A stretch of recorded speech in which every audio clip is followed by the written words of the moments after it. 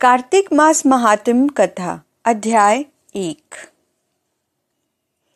नैमिषारण्य तीर्थ में श्री सूत जी ने 88,000 सनकादि ऋषियों से कहा, अब मैं आपको कार्तिक मास की कथा विस्तार पूर्वक सुनाता हूँ, जिसका स्मरण करने से मनुष्य के सभी पाप नष्ट हो जाते हैं और अंत समय में वैकुंठ धाम की प्राप्ति होती है। सूत जी ने कहा, श्री कृष्ण जी से अनुमति लेकर देवर्षि नारद के चले जाने के पश्चात सत्यभामा प्रसन्न होकर भगवान कृष्ण जी से बोली, हे प्रभु, मैं धन्य हुई, मेरा जन्म सफल हुआ। मुझे जैसी त्रिलोकीय सुंदरी के जन्मदाता भी धन्य हैं, जो आपकी 16,000 स्त्रियों के बीच में आपकी परम प्यारी पत्नी बनी। मैंने आपके साथ नारद जी को वह कल्प वृक्ष आदि पुरुष विधि पूर्वक दान में दिया, परंतु वही कल्प वृक्ष मेरे घर लहराया करता है। यह बात मृत्यु लोक में किसी स्त्री को ज्ञात नहीं है। हे त्रिलोकीनाथ, मैं आपसे कुछ पूछने की इच्छुक हूँ। आप मुझे कृपया कर कार्तिक महात्म्य की कथा विस्तार पूर्वक सुनाइए, जिसको सुनकर मेरा हित हो और जिसके करने से कल्प प्रयत्न भी आप मुझसे विमुख न हो।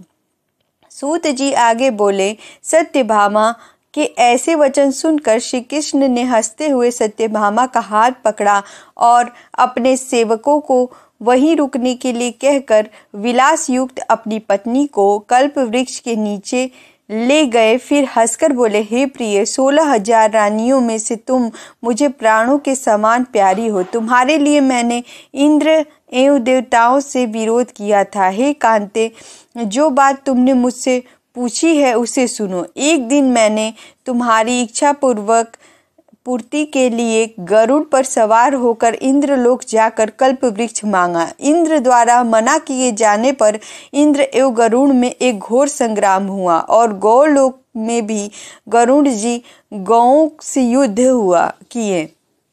गरुड़ की चोट से उनके कान एवं पूंछ कटकर गिरने लगे, जिससे 3 वस्तुएं उत्पन्न हुई। कान से तंबाकू, पूंछ से गोभी और रक्त से मेहंदी बनी।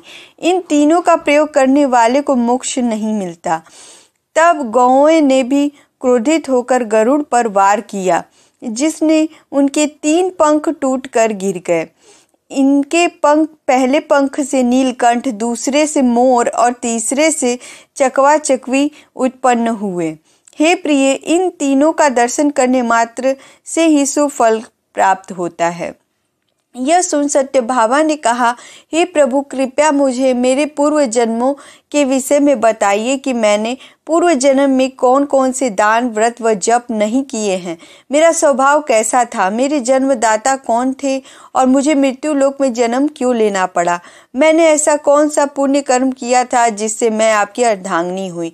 श्री कृष्ण ने कहा, हे प्रिय, अब मैं तुम्हारे द्वारा पूर्व जन्म में किए गए पुण्य कर्मों को विस्तार पूर्वक कहता हूँ, उसे सुनो। पूर्व समय में सतयुग के अंत में मायापुरी में आत्री गोत्र में वेद वेदांत का ज्ञाता देव शर्मा नामक एक ब्राह्मण निवास करता था। वह प्रतिदिन अतिथियों की सेवा, हवन और सूर्य भगवान का पूजा किया करता था। वह सूर्य के समान तेजस्वी था। वृद्धावस्था में उसे गुणवती नामक कन्या की प्राप्ति हुई।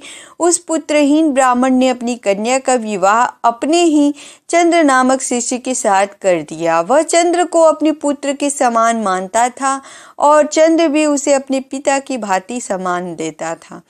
एक दिन वे दोनों कुश व समिधा लेने के लिए जंगल में गए। जब वे हिमालय की तलवटी में भ्रमण कर रहे थे, तब उन्हें एक राक्षस आता हुआ दिखाई दिया। उस राक्षस को देखकर भय के कारण उनके अंग शिथिल हो गए और वे वहां से भागने में असमर्थ हो गए। तब उस काल के समान राक्षस ने उन दोनों को मार डाला। चूंकि वे धर्मात्मा थे, इसलिए मेरे पार्षद उन्हें मेरे बैकुंठ धाम में मेरे पास ले आए।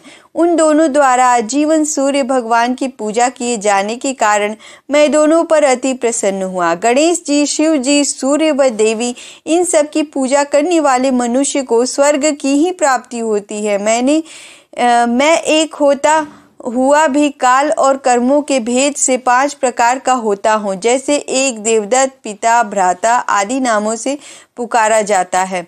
जब वे दोनों विमान पर आरूढ़ होकर सूर्य के समान तेजस्वी रूपवान चंदन की माला धारण किए हुए मेरे भवन में आए तो वे दिव्य भोगों को भोगने लगे।